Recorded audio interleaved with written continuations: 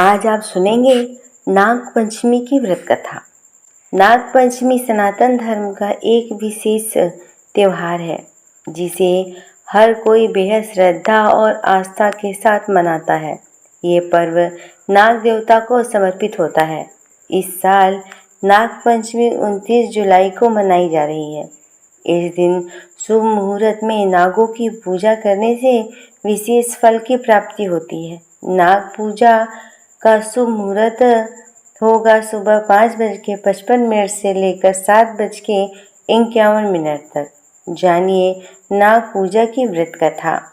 प्राचीन काल में एक सेठ जी थे जिसके 7 पुत्र थे और 7 के विवाह हो चुके थे।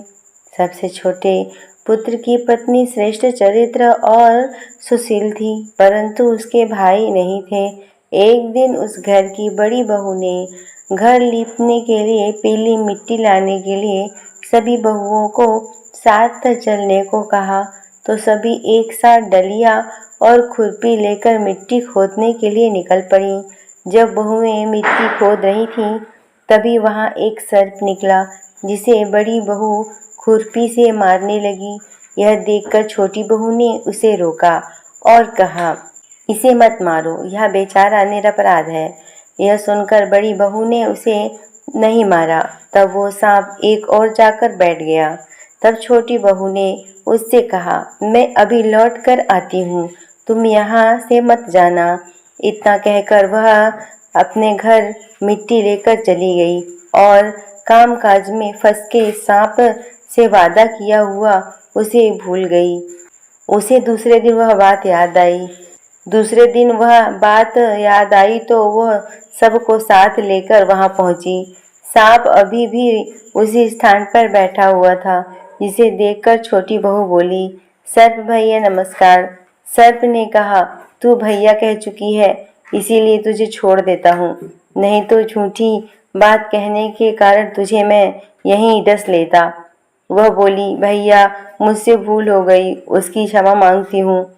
तब सर्प बोला, अच्छा तू आज से मेरी बहन है और मैं तेरा भाई, तुझे मुझसे जो मांगना हो मांग ले। वह बोली, मेरा कोई भाई नहीं है, अच्छा हुआ तुम मेरे भाई बन गए। कुछ दिन व्यतीत होने पर वह सांप मनुष्य का रूप धारण कर उसके घर आया और बोला कि मेरी बहन को भेज दो। सबने कहा, इसका कोई मायका और भाई नहीं है, फिर तुम कौन हो? तो वह बोला, मैं दूर के रिश्ते में इसका भाई हूँ, बचपन में ही बाहर चला गया था। उसके विश्वास दिलाने पर परिवार के लोगों ने छोटी बहू को उसके साथ भेज दिया। उसने मार्ग में बताया कि मैं वही सर्प हूँ, इसीलिए तू डरना मत और जहाँ चलने में कठिनाई हो वहाँ मेरी पूंछ पकड़ लेना। छोटी बहू ने वैसा ही किया। इस प्रकार वह उनके घर पहुंच गई। सर्प के घर के धन ऐश्वर्य को देखकर वह चकित हो गई। इस तरह से वे उसके घर में रहने लगी। एक दिन सर्प की माता ने उससे कहा, मैं काम से बाहर जा रही हूँ, तू अपने भाइयों को ठंडा दूध पिला देना। उसे इस बात का ध्यान न रहा कि उसने सांप को गर्म दूध पिला दिया, जिससे उसका मुंह जल गया। यह देखकर सर्प की माता को गुस्सा आ गया। तुरंत सर्प के समझाने पर वह चुप हो गई। तब सर्प ने कहा, बहन को अब उसके घर भेजना चाहिए। तब सर्प और उसके माता ने उसे बहुत सा सोना चांदी जवाहरात और वस्त्र भूषण आदि देकर घर पहुंचा दिया। इतना ढेर सारा धन देकर बड़ी बहू उसके जलने लगी और कहने लगी कि तेरा भाई तो बड़ा धनवान है, तुझे तो उससे और भी धन लाना चाहिए। सर्प ने जब ये बात सुनी तो उससे सब वस्तुएं सोने की लाकर दे दी। यह देखकर बड़ी बहू ने कहा, इन वस्तुओं को झाड़ने के लिए सोने की झाड़ू भी चाहिए। तब सर्प ने झाड़ू भी सोने की लाकर दे दी। सर्प ने छोटी बहू को हीरा मणि एक अद्भुत हार दिया, जिसकी प्रशंसा उस राज्य की रानी ने भी सुन ली। वो राजा से बोली कि सेठ की बहू का हार मुझे चाहिए। राजा ने मंत्री को हुक्म दिया कि उससे वह हार तुरंत ले आया जाए। मंत्री ने सेठ जी से जाकर कहा, महारानी जी छोटी बहू का हार पहनेंगी, वह हमें दे दो।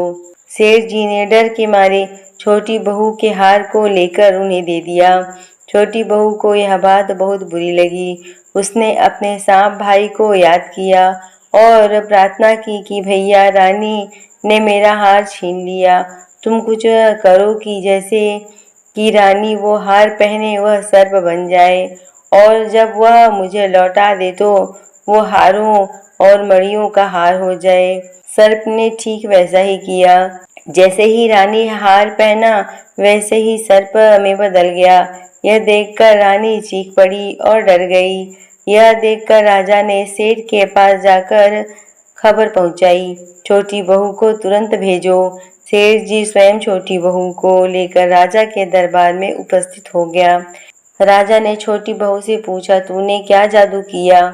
मैं तुझे दंड दूंगा, छोटी बहू बोली। राजन, दुष्टता क्षमा कीजिए, यह हार ही ऐसा है।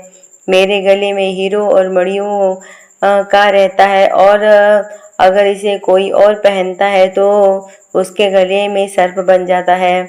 यह सुनकर राजा ने वह सर्प बना हार उसे देकर कहा, अभी पहनकर दिखाओ।